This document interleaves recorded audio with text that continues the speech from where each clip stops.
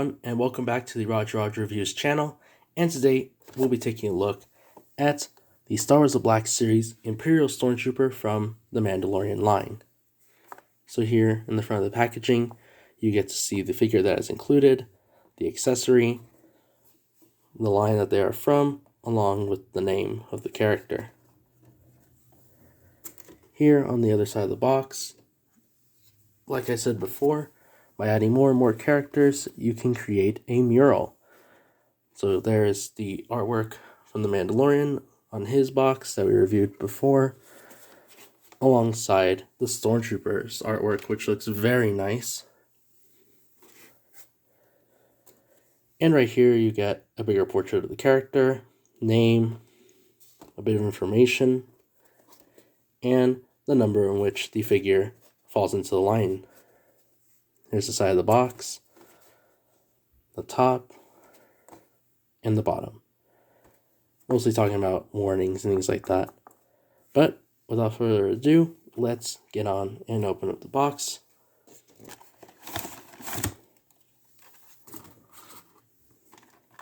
So here he is. I'll take off this plastic covering.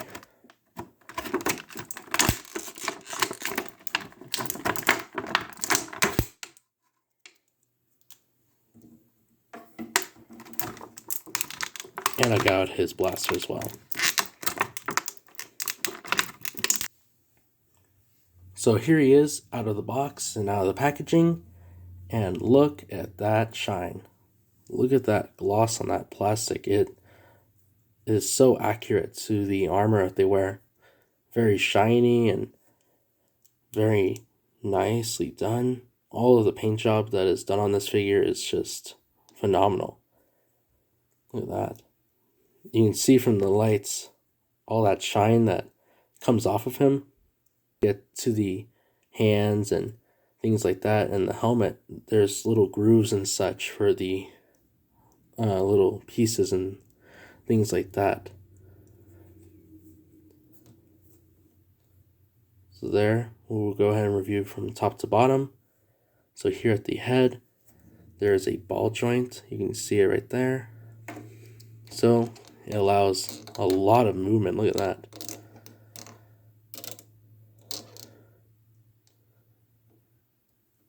So it is very nice that they added a lot of articulation to the head alone. Goes down and up really nicely, side to side. Here at the chest piece, you can see there's a ball joint as well. And look at that movement. That's more movement than the Mandalorian figure had. Obviously because he had a lot of accessories and such. But look at that. Really nice. He goes side to side. And then back and forward. And then, of course, here at the shoulder pads, you can get up to there, but I bet you can see it. It is a softer plastic, so you get this bow in the plastic as well by stretching his arm out. But that does allow for him to have that freedom, except it sacrifices the shoulder pads a bit. Being a softer plastic, you can easily move it up and around. It is connected, I think, on the shoulder, because I thought there was a connection in between, like there usually is, but there isn't. Arms extend about there. I'm sure it goes all the way around. Yep. Oh yeah, look, you can see inside. There's some grooves in between, and it is attached. It's attached to the joint connected to the shoulder. Interesting.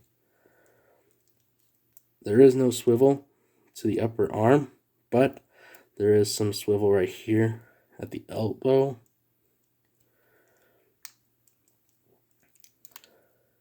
Goes up about there. The same can be said for this side. Goes all up, all the way around. Same amount of detail like the other arm had. No movement up here, but there is a swivel. And of course, arms extend about there. at the elbow. And there isn't a lot of motion, just about there and there for the trigger finger. And right now I'm just seeing he has 2 trigger fingers. Usually, this hand will be a fist or something like that. And this is usually the typical hand for the trigger finger. But that is very interesting, having 2 trigger fingers.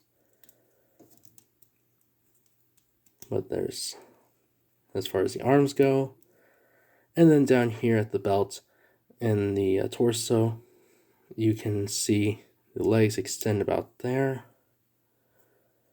But it does get in the way of these little, I don't know what these are. Here on the belt, I think these are like pouches or something. They do get in the way a bit, but not too bad.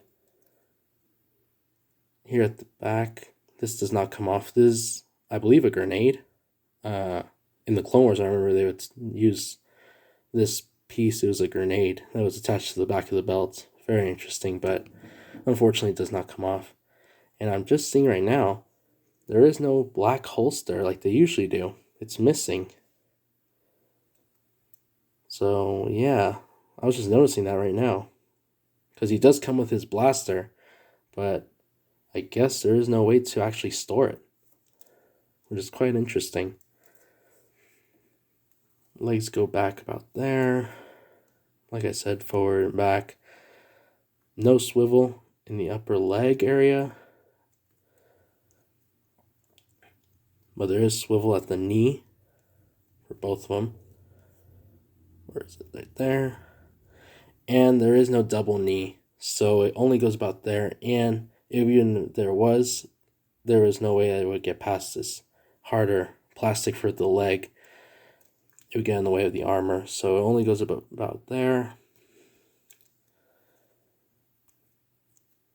And he stands up pretty decently, which is nice.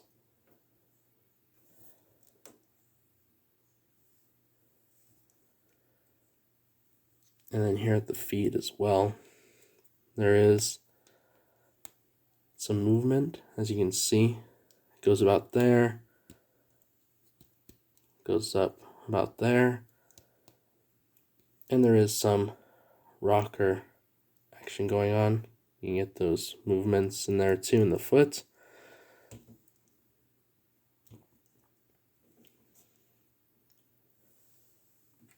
And he does come with his E11 blaster, which is very, very nicely detailed.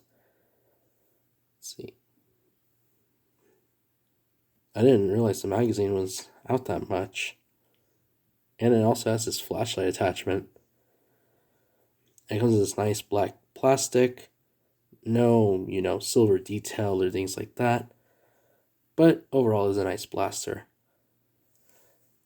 And look at that. That blaster fits so well, and you can put it into these awesome action shots. And even in this crouched position that I put the figure in, it really balances out really nicely. So all that articulation really pays off. And of course, like the other blasters, it is easy to put on and take off. All you have to do is just slide in the grip of the blaster and just slide in the finger and you're good to go. So overall, I love this figure. And I'm going to be honest, if you're an army builder or you want to create a scene of, the Imperial storming a rebel base, or just a group of stormtroopers protecting maybe like an Imperial officer or something, I would highly recommend this figure. It is basically, the best stormtrooper figure.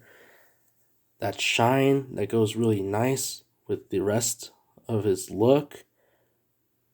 I know, like I said before, the only downside is not having a holster because, some stormtroopers, of course are going to hold their blaster, but they also have just that nice black holster that's usually in the back of the belt, but this one does not have it, unfortunately. But that's just my only, complaints about the figure. And of course, like I said before, usually if I'm going to be, a little bit of both, in-box or loose type of collecting, or as far as like the display goes, I usually like to go with something like this, having the box in the back and the figure in the front. But I'm going to go ahead and leave it here, and that if you enjoyed this video, be sure to leave a like. It really helps out. And also, if you're a fan of the content that I have brought to the channel so far, subscribe. It really helps out, and also it grows the channel in a really big way, and I appreciate it. And I also appreciate everyone watching and just seeing these reviews. So I'm going to go ahead and leave it at that, and I hope you guys have an awesome rest of your day. Thank you guys so much.